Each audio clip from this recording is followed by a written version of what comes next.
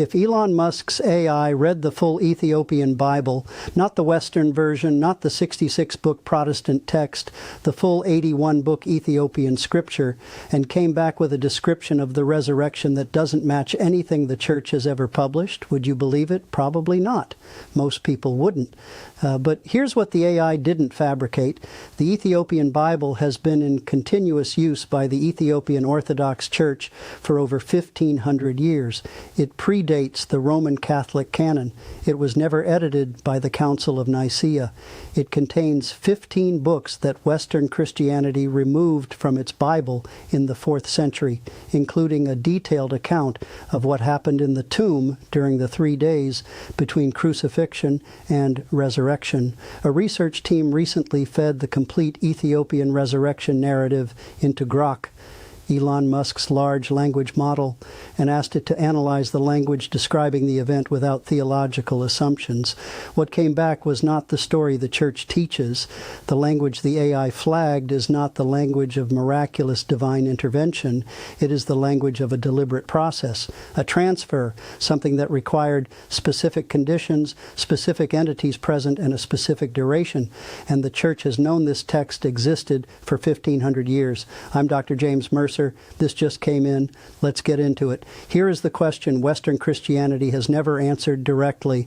If the resurrection of Jesus is the foundational event of the faith, the event on which everything else rests, why did the church spend 3 centuries actively deciding which written accounts of that event were allowed to survive?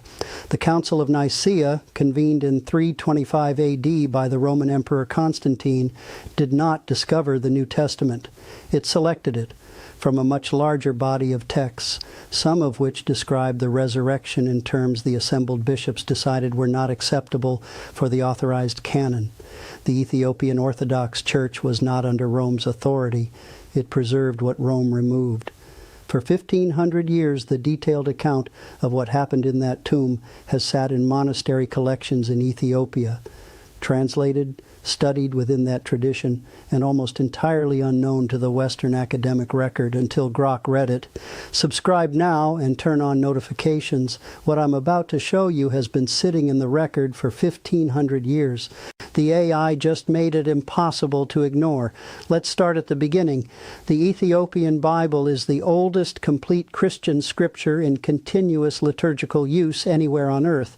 The Ethiopian Orthodox Church traces its origins to the 4th century, contemporary with the Council of Nicaea, not derived from it. It was founded independently, drawing on a textual tradition that predates the Roman canonization process entirely. The result is a Bible of 81 books. The Protestant Bible has 66. The Catholic Bible has 73. The difference is not minor translation variations.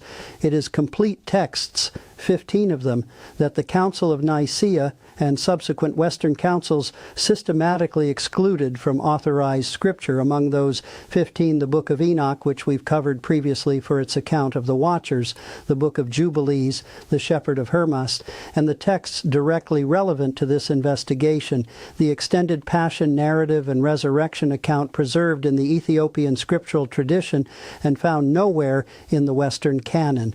The Council of Nicaea did not vote on theology in a vacuum. The assembled bishops made specific decisions about specific texts. The criteria for exclusion were not always documented. In some cases, texts were voted out with a stated reason. In others, the record shows only the outcome, certain texts in, certain texts out, without published minutes explaining what was in the excluded material that made it unacceptable. The Ethiopian resurrection narrative was among the excluded material. The Ethiopian Church kept it anyway. And for 1,500 years, Western biblical scholarship treated it as a regional elaboration of no theological consequence. That classification ends when you run it through an AI and ask what the language actually says. The canonical gospel accounts of the resurrection, Matthew, Mark, Luke, and John, agree on almost nothing beyond the basic framework. The tomb was sealed. 3 days passed. The tomb was found empty. Jesus appeared to followers. He ascended. What happened during the 3 days is not described in any canonical text. It is simply absent. The period between the sealing of the tomb and the appearance of the risen Jesus is a gap in the Western scriptural record that has produced 2,000 years of theological interpretation, none of which is based on a primary text describing what actually occurred. The Ethiopian resurrection narrative fills that gap in specific detail, and mainstream biblical scholarship's response to that detail has been consistent for the entire period.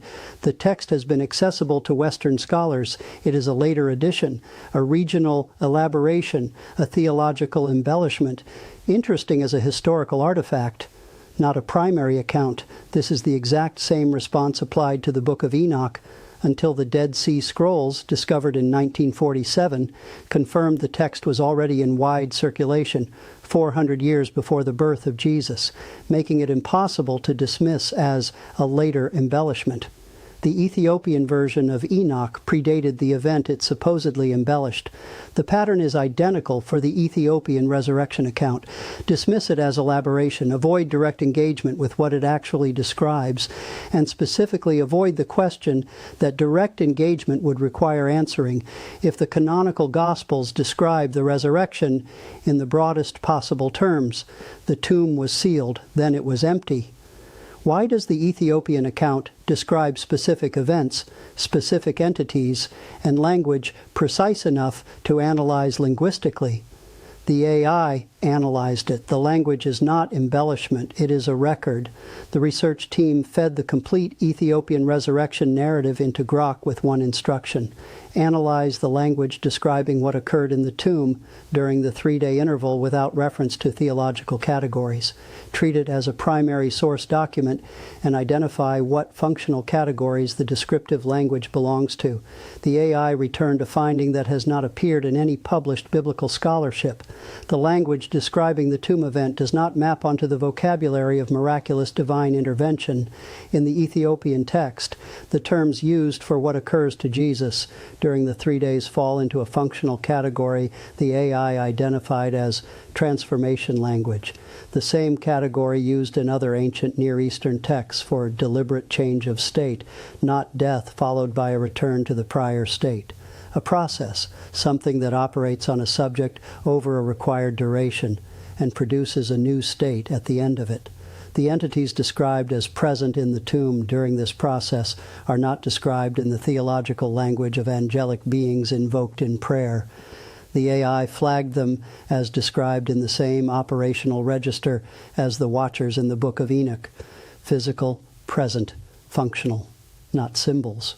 Attendants to a process that required their presence, and the 3-day duration is not treated as symbolic in the Ethiopian text. The language specifies it as a required interval, the same category used in Ethiopian medical and astronomical texts for durations that physical processes demand.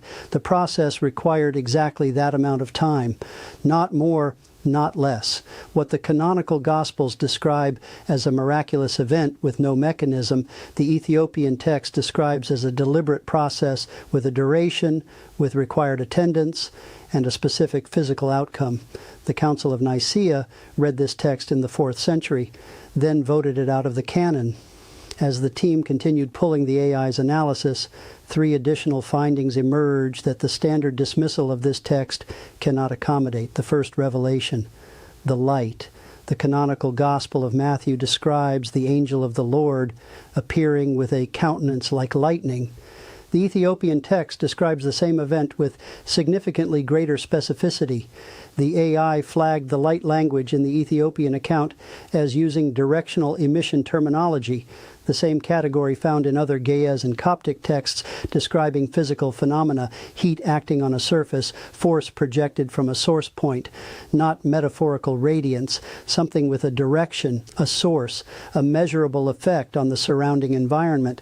The Shroud of Turin, the linen cloth preserved in Turin Cathedral, claimed to be the burial shroud of Jesus, has been under continuous scientific analysis since the 1970s. The most contested finding in that analysis: the image on the shroud appears to have been produced by a burst of radiation emanating from within the cloth, acting on the linen fibers at energy levels no known medieval technique could have produced. The image corresponds to a human body in the position of burial. The Ethiopian text describes a burst of directed energy in the tomb. The shroud shows physical evidence consistent with a burst of directed energy in the tomb. These two data points have never been directly compared in a published academic paper. The second revelation, the Nag Hammadi library, discovered in Egypt in 1945, these 13 codices containing 52 texts were buried in the 4th century, precisely during the Nicene canonization process.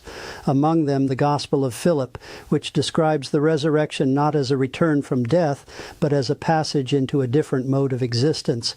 The AI cross-referenced the language in the Gospel of Philip against the language in the Ethiopian resurrection account. Different words, different linguistic traditions, Coptic and Ge'ez, but the same functional category, both describing the same process, both excluded from the Western canon in the same century. Two texts, two traditions, buried or voted out at the same historical moment, describing the same event in terms that contradict the authorized account, the third revelation, the 40 days. The book of Acts records that Jesus appeared to his disciples for 40 days after the resurrection, before ascending. The canonical texts contain almost no content for those 40 days, brief appearances, minimal recorded dialogue. The Ethiopian tradition preserves extensive material from that period, including teachings the disciples were specifically instructed not to record for general distribution. The AI identified the language used for those teachings as falling into the category of technical knowledge transmission, the same register used in the Ethiopian astronomical and medical texts for the transfer of procedural information, not theological instruction, specific knowledge of physical processes. The Ethiopian account does not stand alone.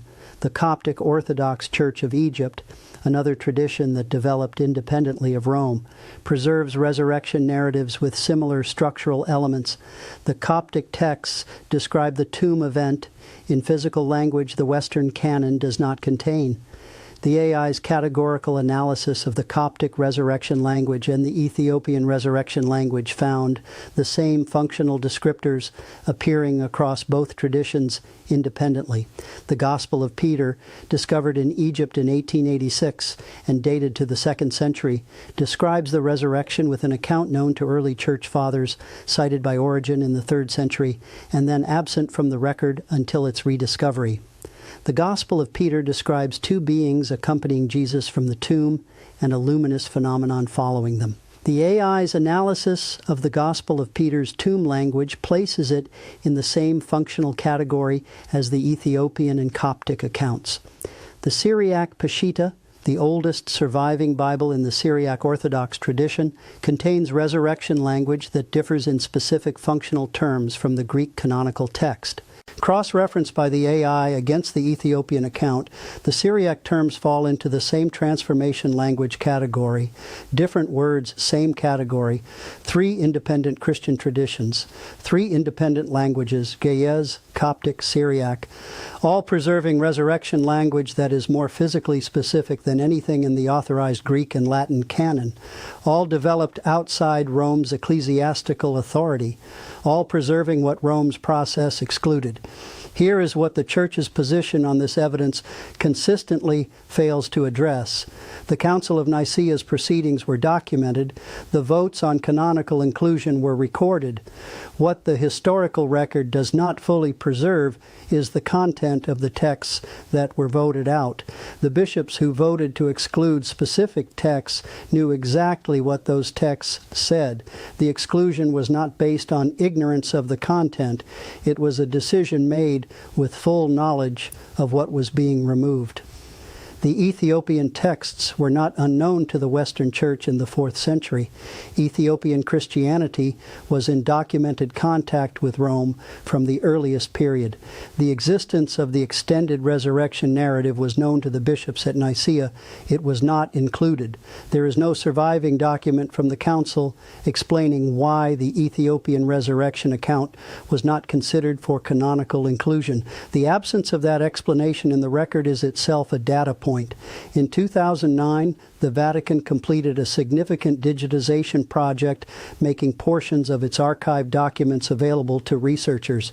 The Vatican's Pontifical Biblical Commission, the body responsible for official Catholic positions on biblical scholarship, has not published a formal response to the AI's findings regarding the Ethiopian resurrection language.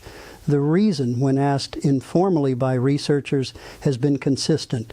The findings have not been submitted through official peer-reviewed channels and therefore do not constitute grounds for a formal response, which is another way of saying, as long as the findings remain outside the official submission process, the official process is not required to engage with them. The text is 1,500 years old. The AI's analysis is documented. The functional language category it identified in the Ethiopian resurrection account does not disappear because the Pontifical Biblical Commission has declined to comment. So here is where this lands. The Ethiopian Bible preserves a resurrection account the Council of Nicaea removed from the Western canon. The AI's analysis of that account identifies language describing a deliberate process with a required duration, physical attendance, and a specific transformation outcome that fundamentally differs from the canonical account's description of an event with no mechanism. The Shroud of Turin provides physical evidence of a radiation event in the tomb consistent with what the Ethiopian text describes. The Nag Hammadi texts, buried at the moment of canonization, describe the same process in the same functional terms from an independent tradition. 3 Christian traditions outside Rome's authority all preserve resurrection language more physically specific than anything in the authorized canon. The Council of Nicaea knew what the Ethiopian account said. They voted it out, and the 1,500 years of Western Christian theology that followed were built on a canon from which the most detailed physical description of the foundational event had been deliberately removed. What the AI found in those texts is not a theological revision. It is a description of a process with specific participants, specific conditions, specific knowledge transmitted in the 40 days that followed. The Ethiopian tradition records where the disciples who received that knowledge took it for safekeeping. The text names a specific location, a specific repository, and it specifies that what was deposited there was not scripture. It was the procedural record of what happened in the tomb and what was passed forward in the days after. That location has been under continuous custody of the Ethiopian Orthodox Church for 1,500 years. The Vatican has formally requested archaeological access to it on 3 separate occasions. All 3 requests were declined. The Ethiopian Church has held that custody since before the Western canon existed, and what is held there has never been formally inventoried by any outside authority. Subscribe now and turn on notifications. When that piece goes up, you need to have seen this one first. I'm Dr. James Mercer. The moment I have more, you'll be the first to know.